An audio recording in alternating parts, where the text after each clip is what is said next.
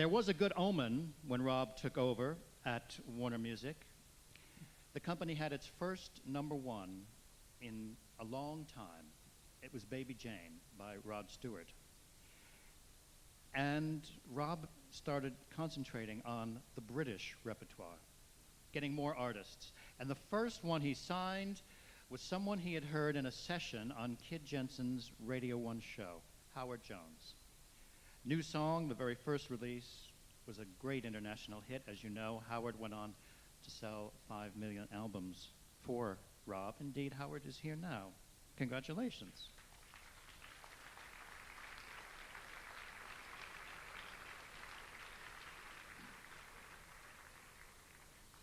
You know, 5 million albums is good, but I have to tell you, Seal did 8 million.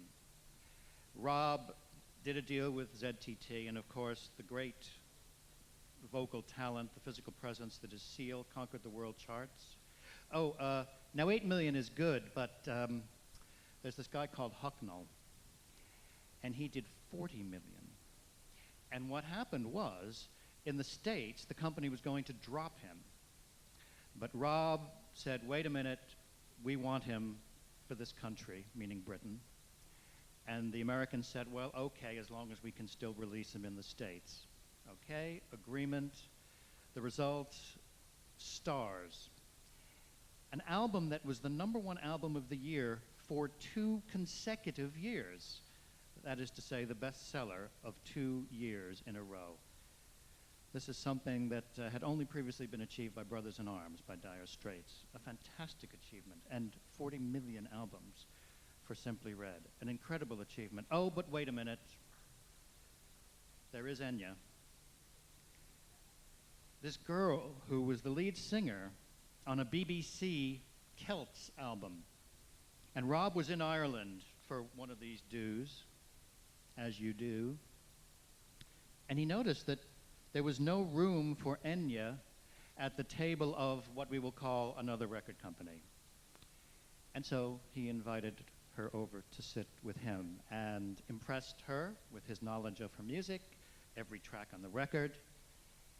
And Enya was signed to Warner's.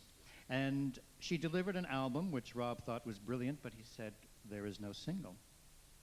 So she and her inner circle retired to the studio and came back with the single Orinoco Flow with its famous name check for Rob Dickins. It went to number 1. Enya has become a symbol of a new genre of music, and as I said, has sold 60 million albums. Thank God you went to that meeting in Ireland. It wasn't just a case, however, of developing new talent. It was reviving the careers of some of the people who were already on the label. We've already mentioned Rod Stewart. And although he was doing great in the States, it had actually been 4 years, 86, 87, 88, 89. He had not had a top 10 single in this country. And Rob decided to make an A&R suggestion, and he went over to Rod with a cassette with 3 songs on them. And it was all the same song, Downtown Train by Tom Waits. And he played it the first time. He said, don't say anything till it's over. And when it was over, he said, don't say anything. It came up again. He said, don't say anything. It came up a 3rd time, by which time Rod was completely convinced. Rob knew that if he just put it on and let Rob react, that he'd say, this weird voice is not for me to pre-record or re-record.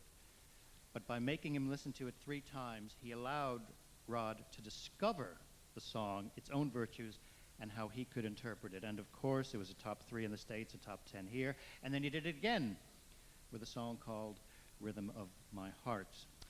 However, perhaps the most famous example of Rob doing a bit of career rejuvenation was with Cher. Cher, whom Rob had seen on Ready, Steady, Go, singing I Got You, Babe, with Sonny in 1965. And here he is, over 30 years later, determined that he's going to bring her back to the charts. Now, he realized that she had a great following in the gay community, the dance community, and suggested to her that she make a dance record. And she was very happy to be a gay icon, but she wasn't happy with the idea of making a dance record. She'd had an unhappy disco record in the late 70s, and she said there are no lasting songs in dance music. But Rob had found a chorus on a cassette tape he'd been given, and he gave it to some other people who then supplied a bridge that he liked and said, well, this still isn't good enough to present to Cher. The process went on. Then finally the verse came in. And after that incredible procession of about 8 writers who kept coming up to the Ivor Novello stage a few years ago, he had the song Believe, which was submitted to Cher, and of course, it went to #1 around the world. It was #1 here for 7 weeks, which even the Black Eyed Peas could not duplicate. And Cher has sold 13 million albums under Rob's direction. Rob left the company while Believe was #1 on the singles chart, and the Corrs, whom he had remixed and A&R'd, were #1 on the album chart, with an album which sold over 3 million. Incredible. Now, we'll discuss this departure in a few moments, but we should notice that in the last few years, Rob has decided to literally put his money where his mouth is, and in a way in which we must all admire if we are lovers of music. He has been supporting the careers of artists that he does believe in on the Instant Karma label, which is now Dharma.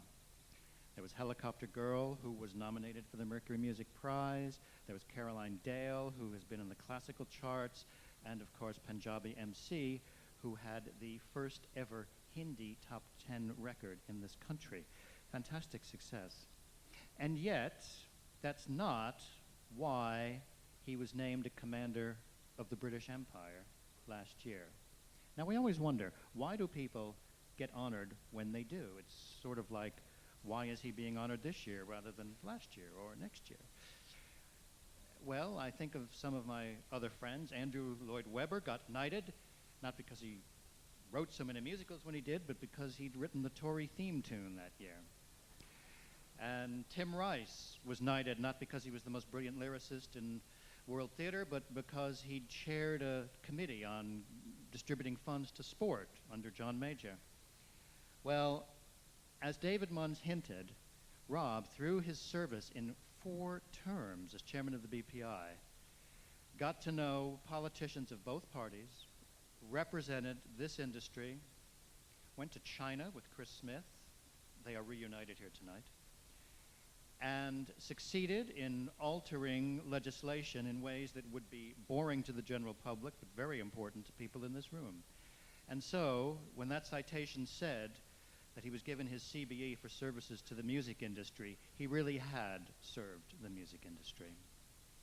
As a matter of fact, he served so many people in the music industry who are now going to express their thanks to him in the latest